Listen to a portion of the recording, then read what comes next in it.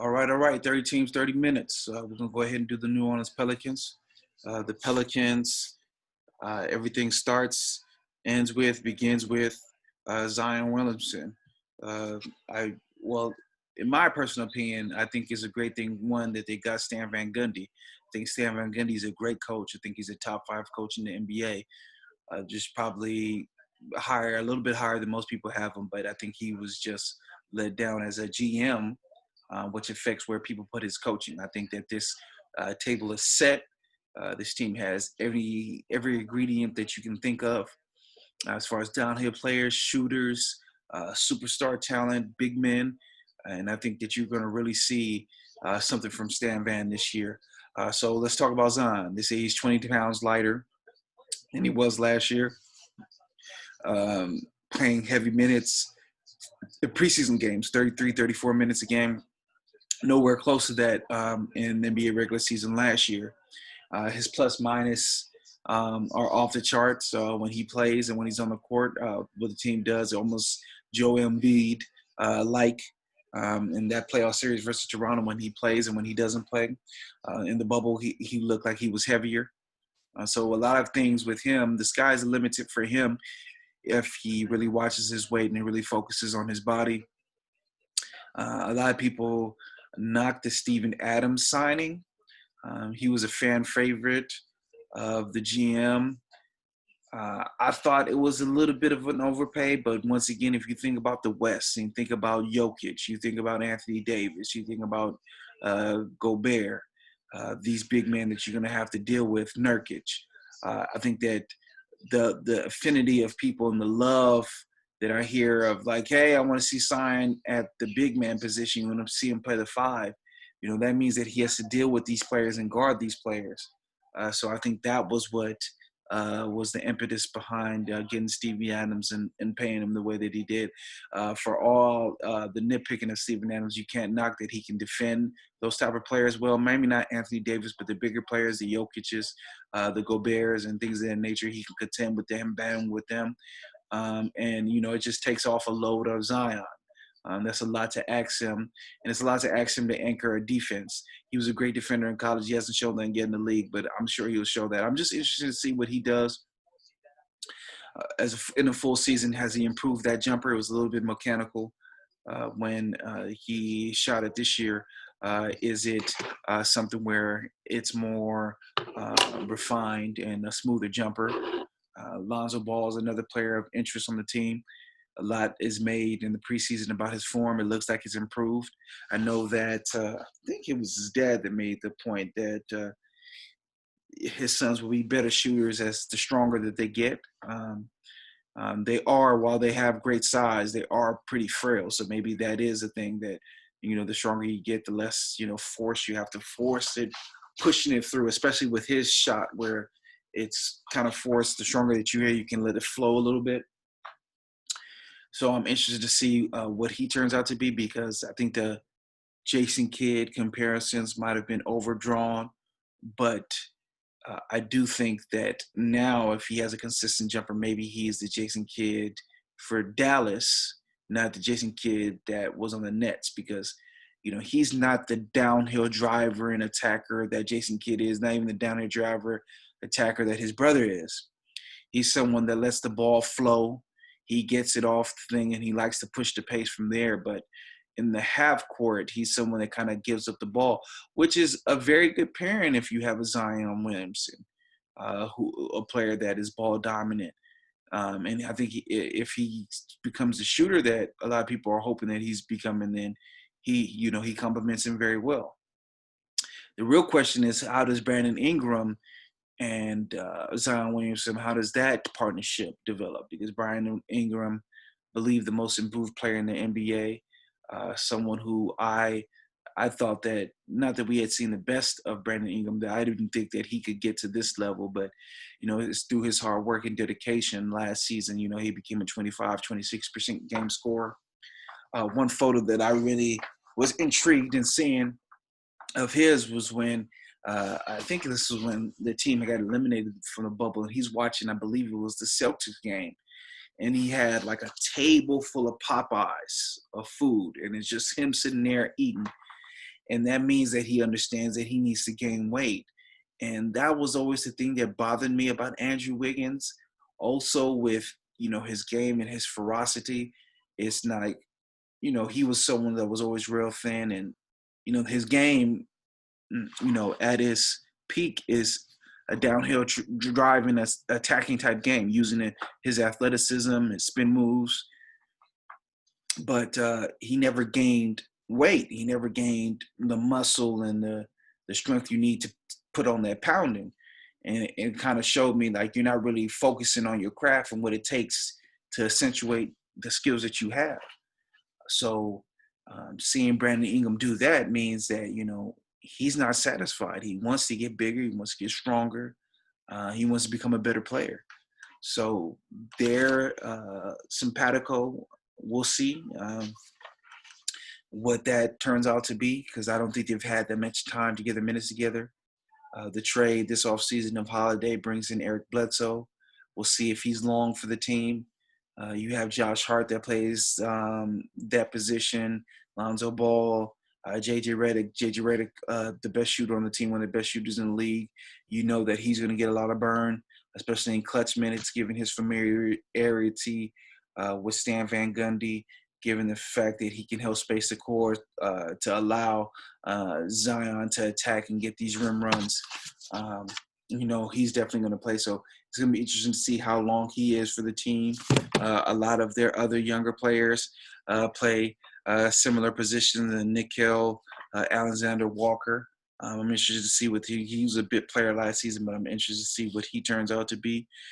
So very interesting team. When you talk about the big man position, obviously everything starts and begins with Zion, but they also have that Hayes character, which they drafted pretty high. They have Steven Adams locked into a deal, so we might not see him, but Steven Adams is on the older side. What is he, 27? Actually, he's in his prime.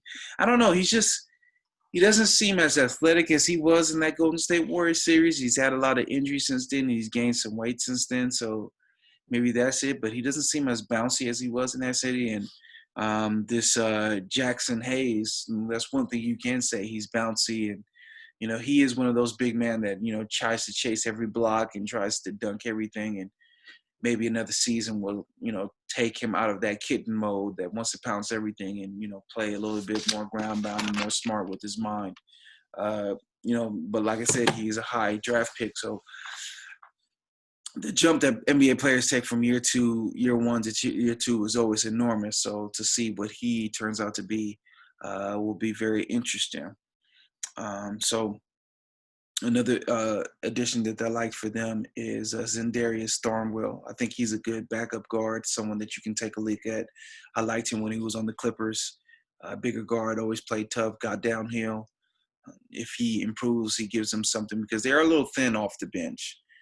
You don't really have that guy that's just that Will Barton, Crawford guy that's just going to come in and, get buckets. And I do think that you need that on every team. You really need a bench. So I don't think that JJ Redick coming off the bench provides that. Josh Hart, he's played in the league for a little while, so I don't want to cap what he can only be, but I don't really think he's that offensive scoring type. And Darius Thornwell, a big scorer when he was at South Carolina. We'll see if maybe he starts paying dividends for the Magic this year. Most impactful player for not the Mavericks, the Pelicans. Thinking about the Magic because of Stan Van Gundy's time in the Magic. Most impactful player for the Pelicans definitely is Zion. What shape he comes into, like I said, the sky is the limit for him. When he plays, the impact in the game, the impact on winning is enormous. He is one of the next league stars. He's just a star.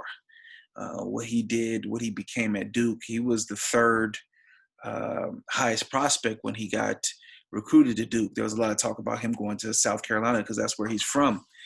And, he made the right decision going to Duke, and he's just immediately a star. The dunks, the power, it reminds me of Blake Griffin. That's who he reminds me of, Blake Griffin, with longer arms. So especially his feel, his passing, that was an underrated part of Blake's game, a part of Blake's game that you didn't get to see because he had such a ball dominant guard in the point guard, Chris Paul. So Zion, the world is yours. Are you willing to take it? So that's definitely the most impactful player, the most intriguing player. Sounds kind of like a cop out, but I'm intrigued to see what Ingram turns out to do. Does he take another step up and really get into that ascension of not a top 30 player, but top 20, top 15 player? Because then they're cooking with fire. They're cooking with grease, oil, fire, whatever. Then they're cooking with gas. That's what it is. Then you're cooking with gas. Then, bar the door, put the kids in the house. If you have him take that next step with Zion and Shape taking that step, then they're a problem. They got to be dealt with. So intriguing, definitely intrigued in him. And I'm definitely intrigued with what Lonzo has this second year. He did not come to an extension agreement with the Pelicans, so he's betting on himself. He's a very skilled guy. I could see him, having that Jason Kidd, Mavericks impact, or even maybe an Andre Miller impact, like a stat stuffing. Because Andre Miller wasn't really that downhill. He posted up a lot, but he was just someone that was crafty, got his shots where he needed to get his shots, was a triple-double threat every game that he played. Maybe that's a better comp than the Jason Kidd comp. I always thought those comps were ridiculous. But he's so far removed from playing that, most people don't remember what he was when he was in Phoenix and the Nets. So maybe that's what they started with. And then you had Magic co-signing him so much that it had people believing that maybe he could be that type of player. But I generally think that I'm generally still high on him. I just feel in the game he's able to be a defensive player, bigger guard. He can even guard wings with his side. So I'm high on Lonzo and high on what he could potentially be. Their regular season and postseason opportunities. Regular season, I would not be surprised if they get firmly into the playoff range, if they're a 4 or 5 seed. I think Stan Van is that good.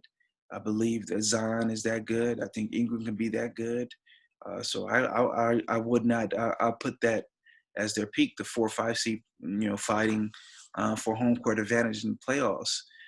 So how deep they can go, I don't think they can win a playoff series. I don't think they could beat the Lakers or the Clippers or Denver.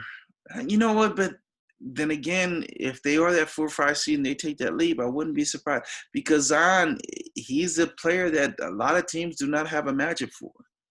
With his side, his suddenness, his strength, what do you guard him with?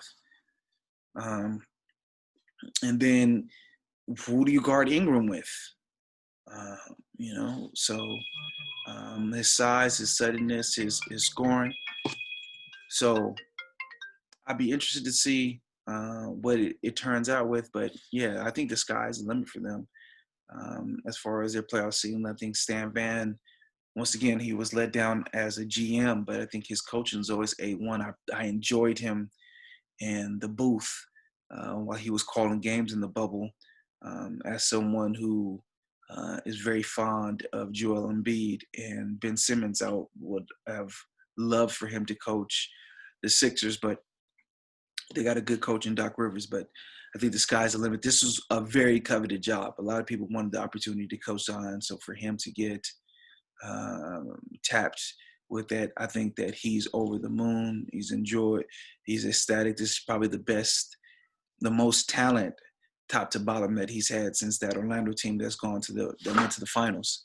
So I expect a lot of dividends from this team, and I'm excited to see Zion. There was a lot of negativity about his size in the bubble, and him losing that 20 pounds. I would like to see what it looks like, and we haven't seen it for extended stretches. So the fact that he was playing 33 minutes in a meaningless preseason game means that he's probably ready for that load in the regular season, ready for more. So it's just to see the two-man game once again between him and Ingram, see what Ingram becomes if he ascends into that realm where you talked about in the elite upper tier of the wings with Paul Georges and Jimmy Butlers and Kawhi Leonard's, if he could take that next step. And like I said, I think he wants it. So that's the Pelicans. 30 teams, 30 minutes. Hit every team in the league. Definitely hit subscribe. This is something that we're going to be doing through the regular season as well. So check us out. We're hitting every team in the league. So check us out. Definitely. We'll get at you guys soon.